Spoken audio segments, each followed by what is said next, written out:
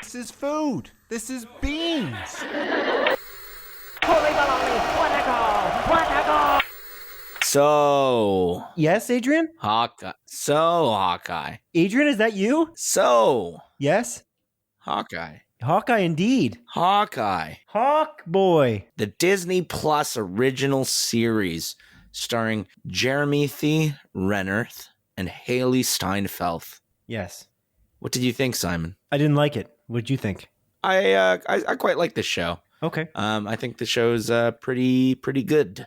I don't think it sticks the landing, but all in all, I think it's a pretty good show that felt quite rushed at the very end. But I'm curious, Simon, like why do you not like this show? I don't like it because not sticking the landing makes the show retroactively worse. It like the endings are very important to anything. I feel like people who, watched Game of Thrones and didn't like the ending didn't really like Game of Thrones. I love the show Battlestar Galactica, but the ending made me not like the show as much. It is a good show, but I don't recommend it necessarily to people because I don't like the ending. This is worse in a different way, though. I don't necessarily think that way about every series. I don't think that way about every movie. The ending is not the most crucial thing. But for this, unfortunately, they intrinsically linked the ending to the rest of the series. So just to be clear, Adrian Pinter. Oh, okay. Just to be clear. Like water. This episode of Split Focus, a film and TV podcast, is a spoiler cast episode. We are spoiling Hawkeye. We just want to be very clear. I mean, that was in the description if you click this particular podcast episode, but I just want to make it clear. So now I'm going to go into that spoiler. Wilson Fisk, a.k.a. Kingpin, specifically played by Vincent D'Onofrio, who played Kingpin in the Daredevil Netflix series, is in this series. He is, yeah. He is indeed. And the way that they teased it throughout the entire series of 6 episodes was like a much worse version than he was teased in the first 5 episodes or 4 episodes of the Daredevil Netflix series. It's just worse. So my question is, why did you do it at all? Because I feel like you learned to do that from that Daredevil series, because that's the thing that did that the best. Do you recall the Daredevil Netflix series? I do recall the Daredevil Netflix series. I love that show. I think it's really great. All 3 seasons are awesome, especially that 3rd season. But do you remember how they did the first season where they kept teasing Wilson Fisk throughout the first 4 episodes? No, honestly, I don't remember the exact way it did. It's been very many years since I've watched it, but I remembered that. You're rewatching it, but then aren't you? I also just started rewatching it with my girlfriend. And I find that it's just kind of hilarious because what they do in that series in terms of teasing a big villain is so masterful. And this is just a worse version of that. And it's just so strange because even when they do the reveal, when they show the photo of him, it's like, well, we know, right? Like we already knew who it was, but they didn't do like a big reveal, like him smashing a guy with a car door. Yeah. They just did a non-shock and awe reveal of him as in a photo on a phone screen. Yeah, I do. I agree with you. That reveal, although I felt quite excited, I was like, oh shit, he's coming. It was a little bit lackluster. The episode just ends with a picture of him.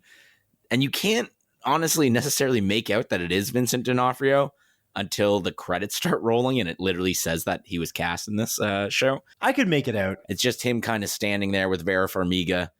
And it was a little bit lackluster. I mean, there's a couple reveals in that. Not only is it revealed that, okay, cool, Kingpin is going to be in this show. It's also revealed that Kate Bishop's mom is, maybe a little bit more villainous than we thought she would be. And she's actually the one that hired, Yelena to go after Clint and Barton and all that sort of stuff. So I think that was a little bit neat, but I do agree that it was definitely less lackluster. I honestly didn't remember that's the way they introduced Kingpin in the Daredevil series where he just smashes that guy. He's Voldemort. Yeah, he smashes that guy's head in with the car door. Because I remember that scene vividly. That's not how they introduce him. Oh, they don't? Oh, okay. Sorry, I thought that's what you said. No. It all comes to the forefront when that happens. It's just a very slow reveal. It's like they can't say his name. he's got this giant operation that he's in charge of. And there's the Russians, there's a Lady Gao, I believe it is. Mm-hmm. And they've got all of these different operations, and nobody can say his name, as Wesley, his like second in command, is kind of going to all of these people, and they're all asking like, when can we see him? Like, why are we not seeing him face to face? And they're referring to Wilson Fisk, but they never say his name. And when they are about to say his name, at any point, he says, no, we don't say his name. It's like this concept of he's greater than a man. He's more, he's more than a man, more than just one man. Yeah. That was the idea of that concept. And they do it so masterfully. And by the time we don't really get to know him very well until that car door scene happens. And then you're kind of like, okay, I'm starting to get a better picture of who this guy actually is. It's not a reveal of the character itself, but it's a reveal of what's deep underneath, perhaps. And it's just, I don't know, it's just so brilliantly done. Yeah, that seems awesome. It's very, very, very brutal, and it's extremely shocking. And you're like, whoa, this show means business. Mm-hmm. And I just don't think that the version of him that we get in that last episode, if you did not watch Daredevil, which is not a required reading for that course, arguably, you don't need to watch Daredevil. It's not. No one said that that's a part of the MCU, not really. So if you just see that episode, you're just like, oh, this man is just a mob boss who might enjoy Hawaiian shirts a little too much. Mm-hmm. Yeah, I don't know. It's kind of ironic as well, because the way Daredevil deals with Wilson Fisk is that he is arguably more than a man. They don't say his name and all of that sort of stuff, but at the end of the day, he is kind of a man. He does have like those bulletproof suits, and he's big and he's burly, and he does mean business, but he's definitely not as powerful as he is in this show. Not only did he get, shot like in the chest by an arrow, he gets hit by a fucking car and thrown through like a brick wall. I think they definitely powered his character up in this show. Yeah, he's like a character in the video game Mortal Kombat. Something like that. Like, he straight up again just tears off a car door like that Kate Bishop's mom is like sitting in, and like throws it away with ease. He gets shot in the chest with an arrow that like goes through his suit. And yeah, it seems to, I guess, puncture his skin because he like literally snaps the arrow off. And then again, just gets rammed by a car and then thrown through a brick wall and just gets up and keeps fighting. Yeah, it makes no sense. It's a little bit odd. Again, maybe this isn't the exact same version as the one of Daredevil, like you mentioned. But what kind of version is he? Does he have super soldier serum? Did he take the Captain America super soldier serum? Like what? Again, I have no idea. Maybe they're going a little bit more on the comic book route, where he is literally just pure muscle. Like, he's not actually like a chubby guy. His entire body mass is just muscle. So maybe that's the angle they're going for. Are they though? But because they called that that car dealership is called Fat Man Cars or something like that. Yeah, that's a reference to him specifically. Yeah. So I think that they're just going for the same angle. I always kind of feel like he was like a big guy. Like he's kind of fat and muscular at the same time in the comics. That's kind of the impression I always got personally. Yeah, I don't know. I don't read the comics enough to like give you a definitive answer on that, but that's just kind of what I got out of it. So yeah, it seemed a little bit odd. Like it doesn't seem like that exact same version of Daredevil. And again, maybe it's not. Maybe it's not the that like it's an alternate universe. A bunch of time has passed. Who knows? Maybe he did get some sort of super soldier serum. There's a bunch of options that could explain that, but unfortunately, it wasn't explained in the show. And no, nothing was explained in the show. There's like, I don't know. It just seems like that whole character is a waste. Mm-hmm. He's supposed to be this, at least in the Daredevil series, he's this really powerful guy, and he's more powerful in his brain power, I think, than he is on his muscle. Like he's smart. Although the scenes in which he does fight, he's brutal. You don't need to power him up. That's not necessary. Mm-hmm. So the fact that he rips the car door off and literally throws it away as if it's a piece of paper is quite shocking. It's it's pretty stupid. It doesn't make any sense. He's just a man, and a man wearing a dumb hat and a Hawaiian shirt who's in charge of guys in red tracksuits, and that literally works in a basement of a garbage factory or something because his office is a junk pile. I don't know why anyone's even scared of him at all. It's kind of shocking. Yeah. Other than the fact that he's super powered, I guess now. Yeah. It goes against like what it is in Daredevil, because it's just in Daredevil, he owns a lot. He's rich, he's powerful, he's smart.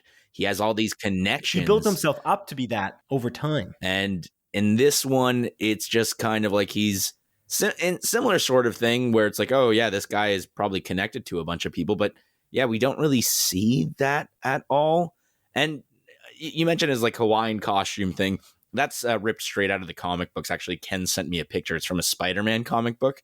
I think that was intentional to have that because, again, this episode aired just like actually never mind. It aired the week after. But anyways, there's connections with Spider-Man with that outfit, and I think that again was intentional. Like Marvel wanted to do that to make it a little bit more Easter eggy. But yeah, the decision to just have him shot in the face, theoretically, in the show was a very odd one. That is the one, I think, creative choice of this show that I just really hate. And I'm sure he survives. I don't think he's dead. And I think him being powered up in this show was supposed to hint at that. I know there's like in the comics, Echo actually does shoot him in the face and he becomes blind. And if they do go that route where, he's blind and, they bring in Daredevil and they have them like go up against each other, I think that would add a really cool dynamic between them, because not only like is Daredevil blind, but now even his like arch nemesis is. I think that's a cool idea, but we don't know that's going to happen. And it's definitely possible that he is dead. You see, he's not dead. Like you see Echo like pull the trigger and you hear his body hit the ground. We don't see him die, but if they do just kill him off, that would be, I'd be astonished in all the wrong ways. Unfortunately, he won't be dead. So that's not what I think has happened. But I just don't think that that's what's interesting, because you're just introducing him for the first time. So even making him blind now is idiotic, because this is the first time we've seen him. So why are you making him blind in the first time we've seen him? Like, again, Daredevil is not a required reading for this course. I will say this 100 times. I just don't get that. Kingpin should be the Kingpin from the comic, because he's the first time. He's one of the most interesting villains too, in theory. He's a villain in Daredevil. He's a villain in Spider-Man. I don't know. He's just not blind in most of the comics. I could be wrong. I guess Ken write into us if he's blind in most of the comics. I don't think he is, man. So but is that an interesting dynamic? Not really. I don't know. I just think that's just not. I just don't get it. I don't understand it. I just don't get any of the choices that were made. They built him up so much. Not just him. They built up Jack Duquesne so much. They built up Eleanor Bishop. By the way, I guessed that right in the beginning, in the first episode. I don't know about you, but I guessed that she was the villain. That she's a bad bloke. So did Dawn. My girlfriend Dawn. She guessed that right away. It's incredibly obvious the way that they hint. It's like there's no twist. Where is the twist? But they're like pretending that there is one, like for the whole show. Like Jack is supposed to be this bad guy, but he's like a red herring. Which I actually quite like that they did that. I think Tony Dalton is such a charismatic dude. Love No, Tony Dalton did a great job. The writing's bad. Yeah, and I like the I like the idea that he's just like a really nice, genuine guy. Like it goes. It's total opposite from what he is in Better Call Saul. Just as charismatic, but also not a required reading for this course. I know, Simon. I'm just saying that as a point. But yeah, again, I quite like that decision. I like that he's just a good dude. It's not something I expected really, and again, Tony Dalton's performance was top tier. It was, but it is a useless character in this show. It's not useful. He has no backstory. They didn't dive into his character. They introduced many characters and they do not do anything with them. They introduced the concept that Clint Barton is going deaf, and they dive into it in the beginning and completely forget about it by the end. It's not even an important plot point at all by the end. That's just not how you wrap up arcs of a TV series. These shows have kind of proven time and time again, they're just filler. They're just building up for the movies at this point. And I'm not liking them, to be honest. There's only one that's legitimate, and it's the Loki series. The other ones are really not very good. Like they never stick the landing because they don't have enough time. So they build them up in the first few episodes. There's a lot of potential, but by the end, they've got no steam. They don't follow up on any of the threads that they've started. Well, it feels like it goes back to the status quo with each of these. I think Loki's the only one where it ends on like a whoa, where's this gonna go sort of thing. But every other one, you can probably just take or leave. Like, you don't have to watch any of these shows to watch any of the movies realistically. Yeah, it'll add a little bit more. And I think I said this when we reviewed Captain Falcon and the Winter Man, and I said, like, these shows are pretty inconsequential, and you don't necessarily need to watch WandaVision to know exactly what's going to go down in, like, Doctor Strange and the Multiverse of Madness as an example. Yeah, it'll fill in some blanks, but I don't think it's like you've been saying, a required reading to watch the next movies going forward. It's it's odd that Marvel Studios is doing this when, I mean, I guess you can watch a lot of the MCU movies without watching the ones before it. But again, like Thor Ragnarok as an example, in theory, that movie can stand on its own. It's just a genuinely great and interesting movie, but you should probably watch all the movies leading up to it. Maybe not all of them, but at least the Thor movies and the Avengers movies to know, like, how, why Thor, like Thor's relationship with Loki, so on and so forth.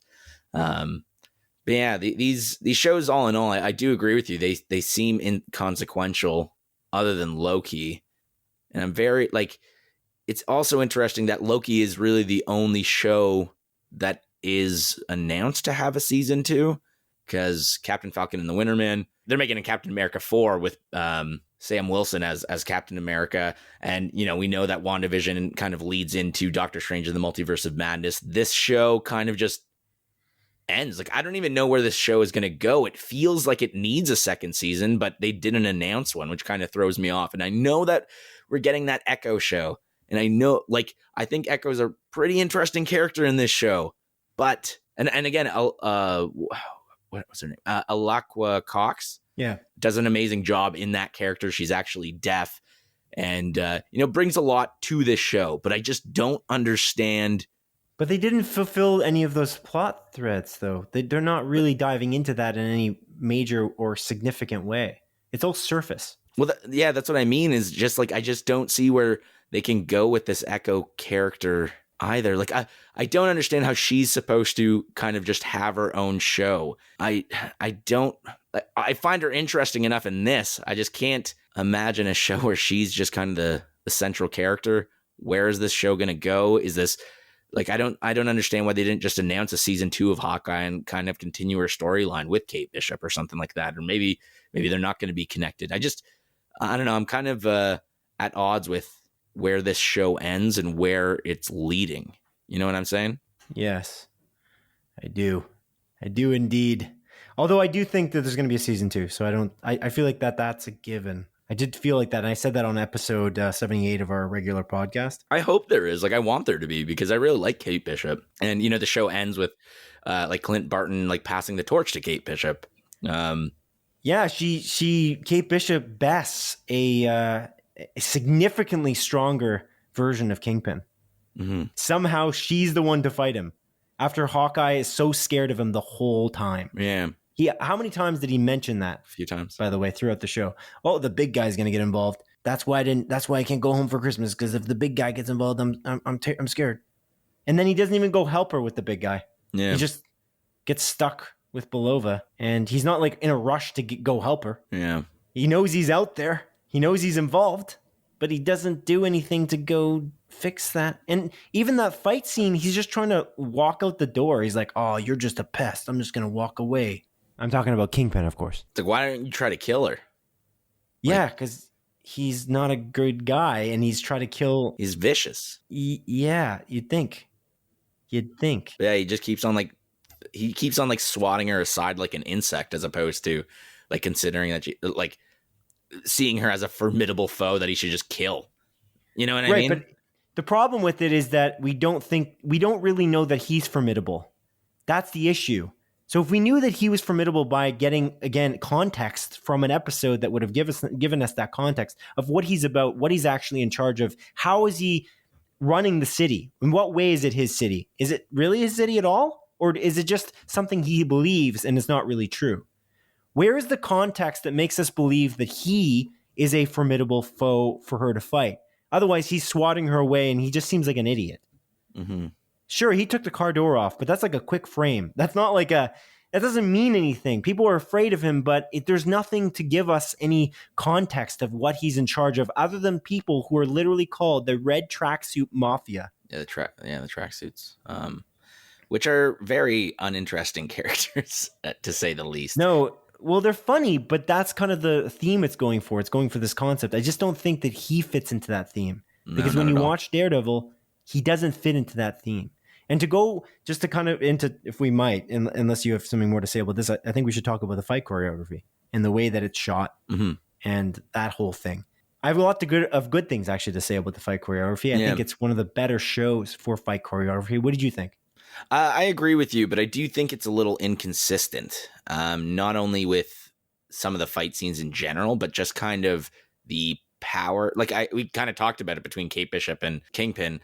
The power struggles, or like the hierarchy of power, I guess I should say, of these characters is so inconsistent and doesn't really make sense at all.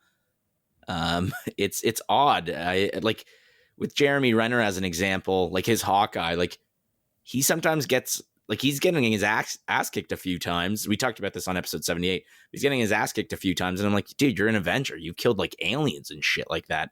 It seems a lot of these fight scenes are made for plot convenience. Even with like Yelena and Kate Bishop, like why is Kate Bishop even standing a chance against Yelena? Yeah, maybe Yelena's holding back, but literally in the episode prior, 2 episodes prior, Yelena says like, if you get in my way, I will kill you. But it's just like, nah, I'm just going to play around. And for whatever reason, Kate Bishop doesn't best her, but puts up a fight, and it makes quite literally no sense. How does Kate Bishop know how to fight so goddamn well? Right. Yeah, she's a good archer. You know, she's skilled in that. But where did she learn to fight as good as a fucking Black Widow? It's a little bit of an odd choice. So this is kind of goes back to what I was just saying in that I know you liked Tony Dalton, but I know Tony Dalton's amazing. And the Tony Dalton brings a lot to his characters just by grinning. Because he's a great actor. And I honestly don't know where I haven't seen him in much. Better Call Saul, he's absolutely amazing. But like I haven't seen him enough, obviously, because he's amazing. But that's not the issue. The issue is there's no writing to give him a backstory. And then to go above that, where has Kate Bishop learned to fight? We see a karate class in which Echo Cox's character, Maya, her character is in a karate class. She's learning to fight. So we get that idea. Where's the backstory of the main character of this show? Where is that scene where she's learning to fight day after day? It's like a show that doesn't really take itself seriously enough, and we don't get enough of a backstory for these characters. And it's because they don't have time. And they don't seem to want to have time to make these episodes, to give us a backstory to make us feel invested. I am not invested enough. I'm sorry, I'm not invested enough in Kate Bishop. I am as a comic book character. I think that she's really cool from my understanding of her. And Hailee Steinfeld does a great job. And the relationship between Clint Barton, like Jeremy Renner's chemistry with Hailee Steinfeld, great. But that's not enough. There needs to be more. And I don't understand why I was just watching Daredevil. I just said that. And I watched an episode recently where they give a backstory for Benny Urich. I don't know if you remember Benny Urich there, Adrian. No, I do not. I'll be honest with you. Benny Urich is the reporter in season 1. They introduce his wife, his struggles, his contacts. They take their time. They can slow down scenes. They can show him sitting by her bedside as she's sick. They give us a full picture of what Benny Urich is going through. They have him have a meeting with the friggin' hospital superintendent to like try and get a better situation for his wife who's in the hospital. That's a time that they have to do that makes us feel for these characters, and it makes us feel like this is a serious thing. Like that I care about this situation. It's not just a kind of a joke. I don't know. And that's what I'm saying. We don't know how she got this good. We saw her karate, her Taekwondo trophies. I don't know what they showed that case. That's a good point. Yeah, I totally forgot about that. We do see that, but is that enough is my question. Do you think that's enough for us to have context enough to how she could suddenly, by the way, by the end of the show, suddenly do the Black Widow move where she can somehow take somebody down by rolling around on their head. You know what I'm talking about? Yeah, I know exactly what you're talking about. Gripping their head between her thighs and taking them down. Where was that in the beginning of the show? She could just suddenly do that in the last 2 episodes. Did you notice that? Yeah, like like how quickly her skills escalate like throughout the season. Over 5 days. Again, in real time. Yeah.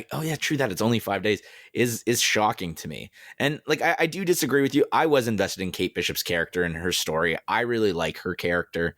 And I do agree with you with the chemistry between Jeremy Renner and Hailee Steinfeld. I think it's awesome. I like her character too. That's not the point, though. This is not a TV series. This is something else. The reason why I watch TV series is because it does do backstory. That's why I like The Leftovers. Like, because it goes through and takes its time and does literally... Do you remember that episode for Kingpin where they do the backstory episode? They do flashbacks? In Daredevil or Leftover? Yeah, in Daredevil, right? So you were just talking about The Leftovers. I was trying to keep track. Well, Kingpin isn't in The Leftovers. That's a... Yeah, I was like, what? Quick switch there, Simon. Quick switch. Well, every show that I've ever watched that's good does a good job with backstory because it takes its time and makes you feel invested in the character. Yeah. Like, we feel invested because of how long we've watched. Somebody should be able to pick up Hawkeye and enjoy Hawkeye on its own. Yeah. That's how Daredevil is designed, and that's how Jessica Jones is designed. These shows are not like that. You have to already be invested in Loki before you watch the show, I think. Mm-hmm. You have to be like, oh, I like Loki. I'm watching the show because Loki's cool. I like Tom Hiddleston as Loki. Mm-hmm. I like Clint Barton. Jeremy Renner does a good job. There's just very little background. There's very little flashbacks. It's actually one of my criticisms of Black Widow. I said this before. Black Widow should have shown the relationship between Clint Barton and Natasha Romanov. Mm-hmm. Where was that? Like, why don't we get to see that? Why did they talk about it as if it's just something that existed, but we don't get to see that at all? When it completely dictated those characters and their relationship. That's my question. So it's the same thing, but now they have a TV show to do that, and they chose not to do it. They chose not to do any backstory at all. Yeah, I'm interested to see that if they do continue like Hawkeye season 2 or whatever, if we're going to look back on this first season a little bit more fondly, or if something's going to come out and somehow retroactively make this season better. We talked about a couple of movies that do that. Like as an example, Rogue One, I think retroactively makes A New Hope a better movie. Like Star Wars, a Rogue One makes A New Hope is an incredible movie. Yeah, but that's the thing is that movie's already really good. I just don't know that there's anything that retroactively makes a movie good. Better. Like, it may make it better, but it's just not going to make. It's not going to make this series, like the next season will not make the series good because Kingpin is completely botched. The one word I would use to describe this, and I did this on a closer look, I used the opposite word. And the word is, Adrian, irresponsible. That's the word I would use to describe Hawkeye, the TV series. Irresponsible. I don't know. I don't get it. It's odd because it gears up so well. And the fight scenes, by the way, we're talking about fight choreography. There's a lot of these scenes. There's this one shot scene where there's a car chase. Oh, it's awesome. Unbelievable. It's brilliant. So well done. So whoever was in charge of that, kudos to that guy. The music, unbelievable. The titling, unbelievable. All the top notch. This is it reminds me actually more of probably these series actually are reminding me a lot of Apple TV Plus originals in that incredible production values. They clearly have a lot of money to throw around, but not on the writing side. The writing to me is not good.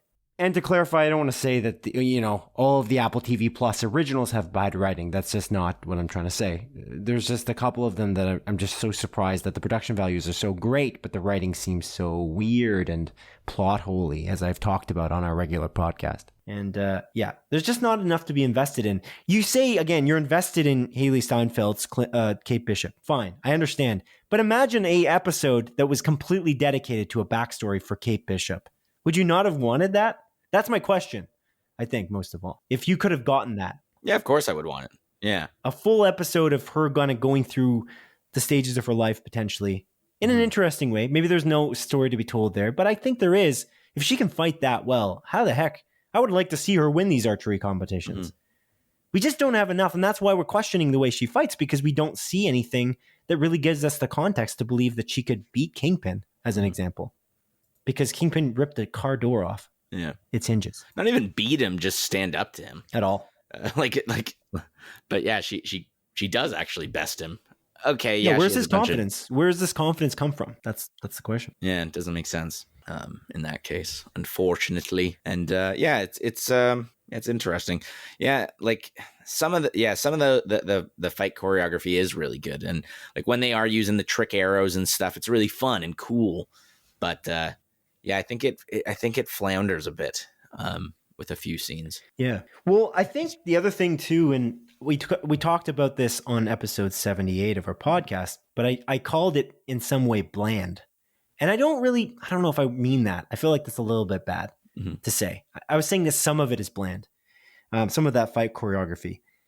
I think what's the problem is here is that there was great effort taken by the Russo brothers, and there was great effort taken by Joss Whedon in the first two Avengers movies to specifically highlight really cool fighting moments. Mm-hmm. They slowed down time. They did these really cool tricks to make them interesting because they cannot show blood and they can't show brutality, but it's violence. And the problem is with violence, you kind of have to show that there's some kind of stakes. Otherwise, it just looks like these people are dancing. They're doing the waltz or they're doing a tango. They're not really fighting because you know that they can't show any significant blood. Even when they show Kingpin getting shot, they don't show it. And you have to wonder why that is. But then when you look at Daredevil, they show everything. Mm-hmm. And they show the brutal punches that you see blood like literally spraying from his hands. Mm-hmm. It's a different style of choreography. You have to do a lot more. But there's not a single fight scene in this show that even gets close to the hallway fight scene in season 1, episode 2 of Daredevil. Yeah. And I think it has a lot to do with the brutality of it and the fact that Disney's a little too afraid of showing brutality. They're just, they can't do it. They have no ability to do it because I think they're trying to appease everybody. And the thing that worries me most of all of this on this fact is that there's inevitably going to be a Daredevil property that comes out, whether it be a movie or a TV show. And I'm wondering, what is that going to look like? Are they going to Disneyfy it? Are they going to make it this like really bland kind of thing? Because again, kudos to all the choreographers who have worked on these Marvel properties, who have done these really cool fight sequences. But the really cool ones are ones that they took the time to really shoot brilliantly because, again, they can't show that brutality. So I mentioned, again, many times the Black Widow fight scene in the beginning of Captain America Civil War. It's very memorable. I could mention that slow down fight scene or even the Thor versus Hulk fight scene in Avengers 1. Mm-hmm. It's very, very good because it's so different and they know exactly the hierarchy of these heroes fighting each other. But I think there's like a lot of care put into these and it may be a little bit more than the fight choreography in like a movie like John Wick. Because John Wick is rated R and you can kind of do whatever you want. But like it's brutal. When you see Kingpin fight for the first time in Daredevil season 1, damn. That guy, like, he packs a punch. He packs a wallop. And you don't see it like that in this, and especially against Kate Bishop. He's just not going to. I almost wonder, like, he can't. They can't even for plot reasons, for not even for plot reasons, but for Disney reasons, they can't have him really hurt Kate Bishop at all. Can they? Because she's like a small person in regards to the fact that he's double her size, and he could probably crush her head within his hands. Oh, he definitely could. Considering he can, yeah. Right, but he's not going to because it's Disney. It's a Disney version, which is fine, by the way. And that's okay. It all kind of lives in its own space.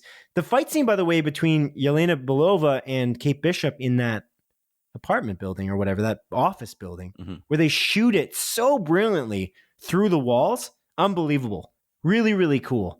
It's the way it's shot, though, that makes it more impressive and less so the choreography itself. Mm-hmm. The choreography is really good too because again they made it interesting with the way it's shot. Yeah, it's really great. I do love that fight scene, but the issue with it is it doesn't really make sense. Like no there's stakes. Yeah, Adrian, these fight scenes have no high stakes. You kind of know that Yelena Belova is not going to kill Clint Barton because that would make her a villain, and Yelena Belova is not going to be a villain. I think it's kind of obvious. Mm-hmm. So like you know that whole fight scene is kind of useless. The one that was interesting was Kingpin versus Kate Bishop, but is there stakes there? Potentially. We don't know what's going to happen, but she's not really better than him theoretically. but he's also not interested in the fight. Yeah. It's like they weren't even fighting. Like he's not even interested in fighting. He's just swatting her away like a fly, and she clicks a coin at an arrow and blows it up at his feet. Mm-hmm. He just underestimated her, but we never get to actually see anything that he is capable of. Anyway, I digress. Yeah. It's a lot of disappointment for me personally. There's a lot of great things about it, and there's a lot of great people who worked on the show. Kudos to Christoph Beck, whose music was amazing. Kudos to the people who did some of the fight choreography. Kudos to Reese Thomas and Bird and Birdie, who directed the show.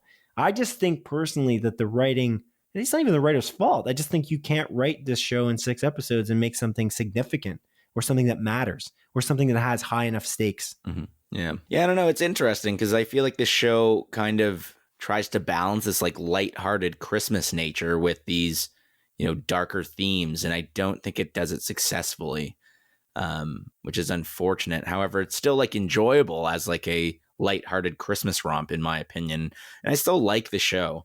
I think of one scene in particular, probably my favorite scene in the show. It's funny that you mentioned it, where they go down the line of Clint Barton can't hear, he's actually getting deaf. And I love that aspect of the show. It is lame that they kind of throw it away, which I didn't really think about until you mentioned it, to be honest with you. I'm like, damn, that kind of sucks. But it sucked because it felt like it was very meaningful in the first few episodes. And then it seemed like the writers changed direction. We don't want to deal with this anymore. That to me was the biggest shame because it's I feel like such an important topic. Mm-hmm. And what made it so meaningful as well is that scene in particular when, Clint is trying to talk to his son, on the phone. Yeah. But, his hearing aid's broken and, Kate Bishop's writing on the pieces of paper, what he's saying and stuff. And that scene was very heartfelt and awesome. And I think it was a great scene to, further the relationship between these two characters, but also show a vulnerability in Hawkeye. Yeah. And it would be interesting if they could explore it further, not in the way that Sound of Metal did, but think about the way Sound of Metal does it. What we have, you have this crossroads where you can kind of talk about this kind of this theme in a big way that's not just surface. And they chose to just do the very, very surface and just forget about it completely. Yeah. So it just kind of makes you wonder, because I don't imagine Maya will be in the next season. So they had this also Maya with him, and the fact that she crushed his hearing aid, that is such an interesting dynamic. Yeah. That they just don't explore. And again, it's just shocking. There's a lot like that. Again, I do think that Tony Dalton, Jack Duquesne is literally in the comics the guy who trains Hawkeye. So why would you bring him in here and then just make him a guy who has no backstory at all? It's just a question where did he learn to fence? Probably in fencing school. Yeah. Very interesting concept. Very That's really all I got for you. Really well done plot lines. Yeah. Is that not disappointing about Tony Dalton? You really like him, but I don't get why you like his character, because there's nothing there. I don't know. I just like the idea that he's just a really nice guy. I don't know. There's something about that where he's a genuine dude. And yeah, the series kind of builds him up he's actually the bad bloke. It's this red herring, as you said. Jack Duquesne is Dottie from WandaVision. That's what Jack Duquesne is for me. Yeah, fair enough. I can see that. Kind of a wasteful character. This concept that, honestly, again, I knew that the mother was the villain. I don't know, there was a lot of hints throughout. It's they weren't being coy. It was almost like a mystery that was designed for kind of for you to figure it out. 10 years old, early 10-year-olds and less. Yeah. You know what I mean? Maybe a 10-year-old wouldn't figure it out. Maybe that's what I kind of felt like. She just seemed villainous the whole time to me. Yeah. She was just very secretive. There was just so much there. She's arguing with Armand, and then Armand ends up dead. If you're a detective, that's in the first episode. You're like, well, yeah, the mom did it. I don't understand. What are you hiding? Where was the sense of a twist? Yeah. What's Armand about? What's Armand's business? What did Jack Duquesne, where did he get his money from? Why did Jack Duquesne argue, pretend that he wasn't good at fencing? For plot convenience? Why did he steal Hawkeye's, or I guess Ronin's sword? Why did he do that? Is the only reason because he's just a sword aficionado?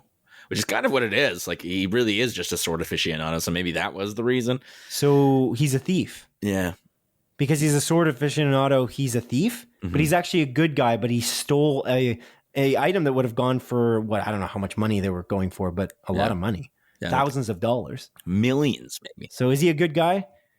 Or is that a plot convenience situation where it's more convenient to show him steal the sword so that you can make the audience believe that he's something more than he is? Yeah. But then to throw that away when we already know that Eleanor Bishop is the villain. Because you didn't do anything to hide that, really. That was kind of obvious because she's the one with the most motive. Mm-hmm. I don't know. I just don't. Maybe I'm missing something. And we can't really talk about this on the regular episode because it would spoil the show.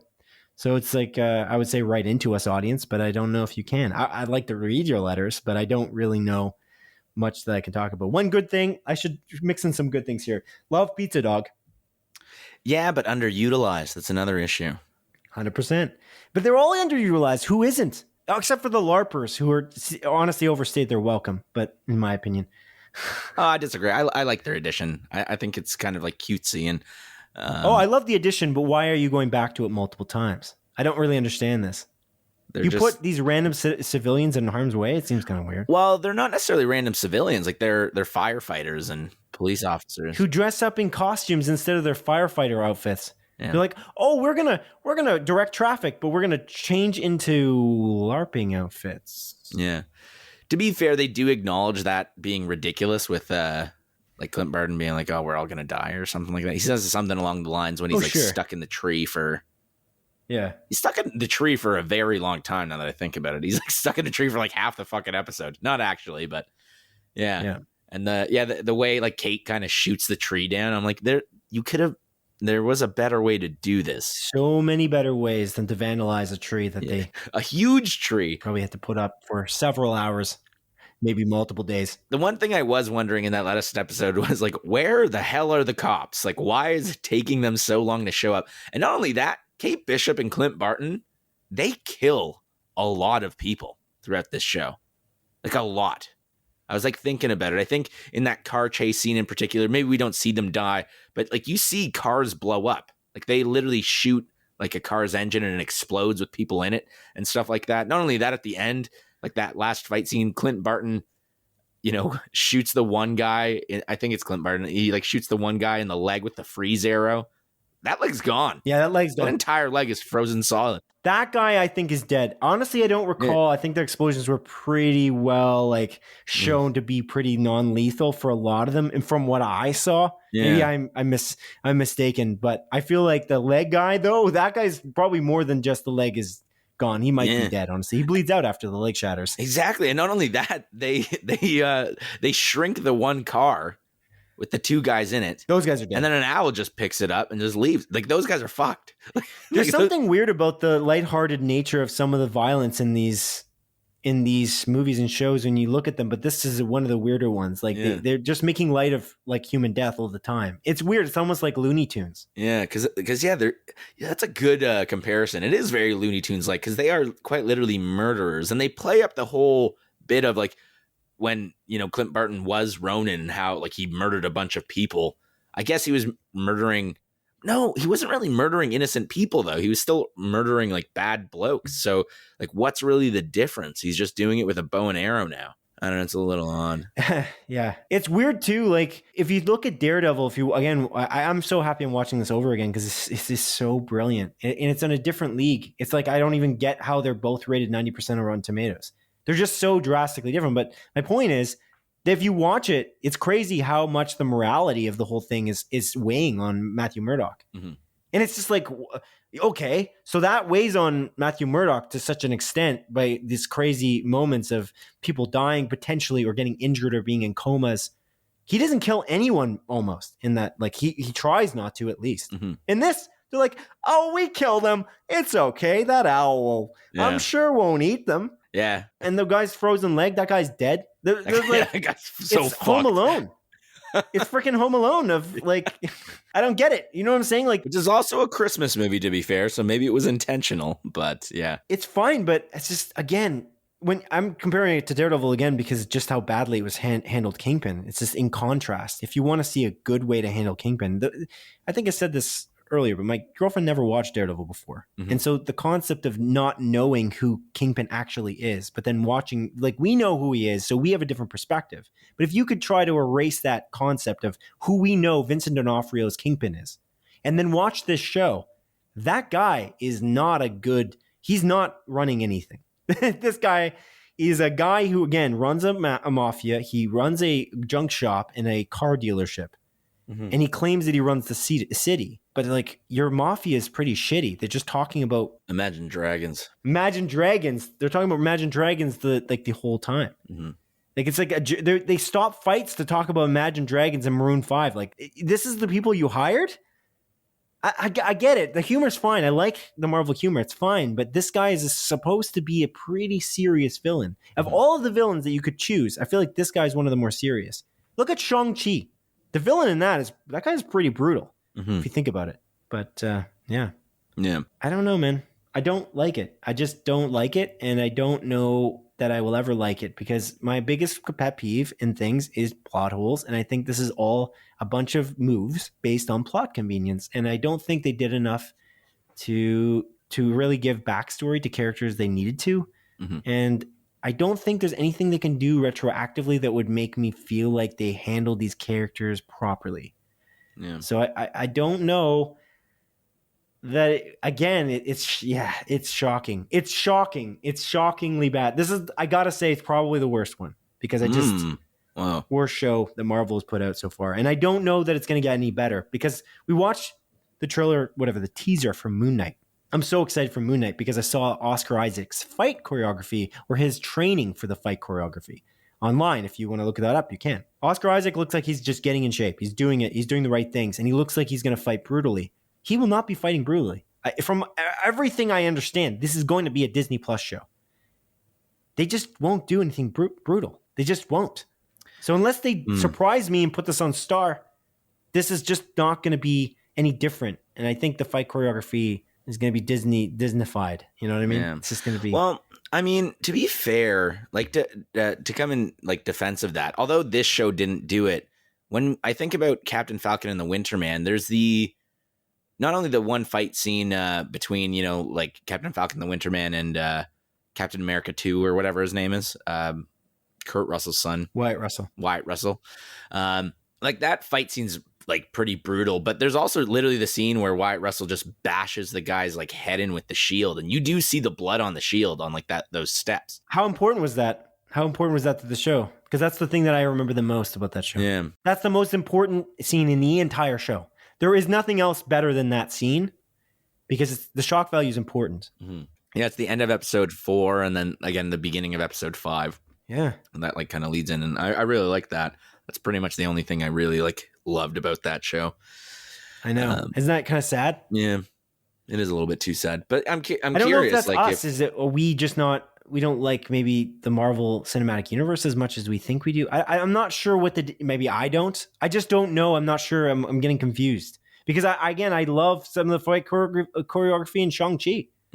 God, it's so it seems hard hitting. So freaking I love that movie. It's very memorable. I just feel like they're just dancing. They're dancing in some of these scenes. Yeah. Again, there's a lot of good choreography in Hawkeye, but the stakes are low in a lot of it, and it just feels like they're dancing. Man. Woo. Surface. Yeah. Just scratching the surface of what you could do. Oh, sorry, man. There's one other thing that's super important to say before I don't know if you've got anything else, but say it. But I have something to say. Say it. They rickrolled us. The end of the show is a rickroll. Yeah. Which is just ridiculous. They didn't put an end credit scene at the end. They could have announced the Daredevil series. They could have done anything. They could have just shown Kingpin in the hospital. They could have done They could have like just shown another scene with Hawkeye and freaking Kate Bishop, and I would have been happy with it. They showed us the damn musical scene for like 6 minutes, and it's not even good. I hate it. I really hate it. That was a Rickroll. Yeah. They literally you may as well just play the Rickroll song. Just throw Rick Astley on there, and I would have liked it better. Yeah. I wonder if they realized that at Marvel that they were doing that, though. That they ended on this cliffhanger for Kingpin, a beloved character, And then they put that musical thing at the end. Do they not think that might not work out for them? That people might not like that? I'm curious if anyone thought that was bad, because that's one of the worst things chosen. Well, it's interesting because like we are definitely in the minority. Like I still like this show. I'm just a little bit lukewarm on it, and I think the ending is it falls flat. And you straight up do not like this show. It confuses me like how far off we are in comparison to the rest of like the people that like this show. Like that, it's not a complaint I heard, and everyone that I really spoke to in person, only a couple people to be fair, but they really liked this show. They thought it was awesome and really fun. I found the opposite. Oh, really? Yeah, that's interesting because like a couple of my coworkers and I think Ken as well, like they all liked it. So I didn't talk to Ken actually, interestingly, about Hawkeye. So that was one that I didn't. Funnily enough, he is a coworker of mine, but I didn't get to talk to him. But a few people I talked to, not about the show in general, but just about the Kingpin aspect. If they had watched Daredevil previously, almost everyone was disappointed with the way that Kingpin, Vincent D'Onofrio's version of Wilson Fisk was handled. Yeah, that was the big thing. Not necessarily that they disliked the show, but that they disliked that aspect. But for me, that's a stain on the show. It can't be wiped off because you invested so much of the show to Kingpin. Mm-hmm. Pretty much from the beginning. He's the man pulling the strings the entire time. He's the important plot point that you finally reveal in the end of episode 5. And then once you do that, then you show him in the beginning of episode 6. You do a great job in the beginning of that episode, but then you never followed through. You never showed where he has been for the last few years. Is this an alternate universe? We have no idea and no context. And my girlfriend just doesn't know who he is at all. Yeah. She's like, oh, wow, he's just a mob boss. Like, yeah, it's just a mob boss. Just another mob boss. Yeah, he's a big guy. Yeah, it's interesting. I'm looking at Hawkeye's like Rotten Tomatoes. Because I know it's like above a 90 on the tomato meter. So I was curious what the audience score is. It's also a 90, or it is at a 90 with the audience score. It's an interesting one. It is interesting, but you got to keep in mind people vote on that way before the last episode airs. Yeah, so true. That is true too. Yeah, I don't know if you can find the last episode, just a number for that, and see maybe a better representation. But let's see. But I wonder if I can. Yeah, on the last episode, there's no audience score. It's 100% 7 critic ratings, but no audience score. Yeah, it seems as though I guess we're in the minority on this one. Well, you seem to like it though, don't you? I still do. Yeah, like I would rate it a pass. It's probably my second favorite MCU show. Yeah, that's pretty good, man. Second favorite. But to be fair, I just really fucking hated the end. I hated the ending of WandaVision more than I hated the ending of this. And I think just that's a bland fight scene. That's as bland as it gets. It's not even the bland fight scene. It's just, I feel like that show sets up even more than this show does and does nothing with it. Like bringing in Evan Peters, like Quicksilver, bunch of red herrings. Yeah, like that show I felt like was even more disappointing than this one. More Rick Astley, Rick rolling you, which is kind of frustrating. And like Captain Falcon and the Winter Man, I just think that show in general, like all throughout it, whereas I feel like WandaVision and Hawkeye for me is mostly positive with a couple like downsides to it. Captain Falcon and the Winter Man is like mostly blah with a couple of like bright spots in it. It's almost like the opposite for me. So again, Loki's definitely my favorite of these 4. Oh yeah, I never include What If. What If is easily my least favorite, to be fair. I don't really count What If. Yeah, like I'm like the live action shows that are continuity based, like those What If shows, they're going to pick and choose, I think, which stories are going to be brought into the rest of the MCU universe. And I don't think that they're all going to be used. So I don't really count What If in the equation. Yeah. But yeah, that's basically my 2 cents, man. That's my fair, 2 cents. Great fair. Production values, bad plot. Yeah. Great chemistry between the main cast. Great acting. Kudos to Jeremy Renner and Hailee Steinfeld. Yeah. Great job. I do like Yelena's inclusion in this show as well, which we knew was coming because of the like after credit scene of Black Widow. But also, just real quick, a little bit confused. Like, why did she need to be hired by Kate Bishop's mom to kill Clint Barton? She was going to kill him anyways. That was another one of those like plot convenience. It didn't make much sense, but anyways. Plot Convenience, the MCU show. Plot Convenience, the MCU. Oh, with special guest star Linda Cardellini. That's right. It was great in this. Oh yeah, real quick. Linda Cardellini, she gets there's the whole plot with them getting that watch, like the Avengers watch. Yes. She is Mockingjay. They reveal that she is Mockingjay, which Barbara Morse makes me go like, huh. So Agents of S.H.I.E.L.D., who has Mockingjay in that show, either there's multiple Mockingjays or that show is straight up set in a different universe entirely. It is. Which is confusing. I would say that they don't have a lot of love over at Marvel for that. Honestly, any of the Marvel shows they've ever made that were not part of the Disney Plus universe. Let's just say that, because honestly, to me, it was like a middle finger to Daredevil. That's what I feel like. But also, they don't really care about Agents of S.H.I.E.L.D. Even though it's really well done, in my opinion. I really like that show a lot. I don't think they care. They're not in it for that. They never, I don't think, counted that as part of the Marvel Cinematic Universe. That's too bad. So, not connected. Well, I don't know do you think it's too bad? You never even watched I watched the first 2 seasons of Agents of S.H.I.E.L.D. Yeah, and I tried to convince you multiple times to watch the rest, but you just decided not to, so. Yeah. I don't know how invested you are in that plot line. I'm not. Yeah. But okay, so this show aside, what's next for the MCU show-wise? Are they making a Daredevil show with Charlie Cox, or... I thought they were going to announce that. I literally thought that's what they're going to do. And then they showed that long ass musical number that everyone asked for. That was their choice. So what do you think? What's the next thing? I think in the Echo show, they're going to bring back Wilson Fisk. This is my assumption. Yeah. Is that a flashback? Is that a backwards in time type situation? Or they're doing... I don't know. But I think the one way to make this Echo show interesting or get people in is by bringing in Wilson Fisk and in turn also bring in Daredevil, which would be really cool. But I don't know if that's actually going to happen. I just think that would be a neat idea with a deaf woman and a blind man working together. I think that'd be cool. I see. Yeah. I don't want to go back to this too much, but there's also the idea of like the rule of threes. When you introduce like a big villain like Kingpin, they just showed him for like 1 minute and then he was in a fight scene. It's just not good. Like all the best villains, like if you look at like Green Goblin, like Doc Ock, like the beginning of when Marvel started making movies. It wasn't really Marvel, but Sony. Yeah. Or you look at like the Thanos fighting multiple people. That's how you show that they're kind of formidable. The action, it sort of informs the plot line. It informs the characters, as Willem Dafoe recently said in an interview. Yeah. When he said that he would love to be in Spider-Man No Way Home in less of a Easter egg role and more of a actually in the movie. Yeah. Which I really appreciate that he said that. But regardless, that's an important thing. The rule of threes, though, that it helps when you fight a villain more than once. I feel like it helps you understand what they're capable of. But alas, we didn't get that here. We didn't get anything that I liked in that last episode. Well, I'm sorry. I'm sorry you hated it this much. I'm shocked that you hated it this much. I knew that you didn't like it, but I guess that extra time to stew on it makes you really hate it. That's too bad. It's not even just that. It's that I got extra time to stew on it and I'm watching Daredevil. And I wanted to watch Daredevil because I wanted to remember, maybe I thought fondly about Daredevil and it wasn't accurate. That's the problem. Like maybe I'm a crazy person.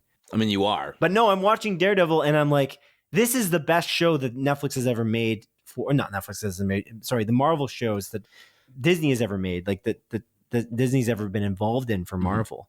Mm-hmm. It is by far the best option right now. The other shows are just way pale in comparison. Yeah, you can't show it to your kids, but I mean, you can still show it to your kids. Do what you want. It's shocking to me the stark difference between what character development looks like and what like a flim-flammy, here are these cool characters that you love and they're shooting bows and arrows and they're having a good time and they might have killed 25 people, but it's okay. Yeah. It's fine. Here's this really cool villain that you love and he's way stronger now. I know you love that. So he ripped off a corridor and he fought someone who was kind of, we have no idea what her ability is in terms of fighting. She's kind of good, but she's really good sometimes. And then she's not really good sometimes. She gets defeated in the first fight. She's fighting in a costume, in the Ronin costume, and she seems really bad. Like she's really getting bested by the tracksuits. And they're like, well, the tracksuits, these guys must be real thugs. They must be real powerful. And then you find out later that they just really just, in mid-fight scene, they talk about Maroon 5. Yeah. and the bare naked ladies. and Anyways, let's wrap it up. Should we wrap this? Yeah, let's wrap it up. You gotta wrap it up, man, because I'll go on forever, okay?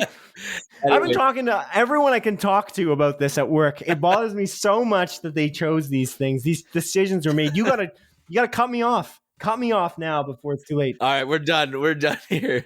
Once again, thank you very much for listening to a closer look of the TV series, Disney Plus TV series Hawkeye. This is our supplemental podcast that we release on occasion for things that we either love or didn't love, and we want to dive deep into spoilers. We'll eventually be back next year for something else entirely. Probably. Well, that's ominous. Why would it be probably? I'm literally writing the next episode right now. Well, I'm saying another closer look episode, Simon. Oh, another closer look, a closer look episode. Oh, okay. Yeah. All right, Adrian. Well, it's a pleasure talking to you as always. So that's a guarantee. That part was great. It was. It was good about Hawkeye. Oh no. That I got to talk to you about it. Okay. I was worried. Where you're gonna go with that. Yeah, I enjoyed talking to you as well, my friend. I enjoyed listening to you rant. I'm so sorry, audience, for wasting. It's okay. Maybe an hour of your time. No, I don't care about you. Your time's fine. Oh, whoa! I was just gonna say you did kind of change my opinion a bit, but I still like this show. So I should have went harder, I guess. Whoa! All right, Adrian. All jokes aside, I did like the Christmas aspect. I did say some things I liked. Okay, I didn't hate everything, but you did. Yeah. Goodbye. Take care. Goodbye.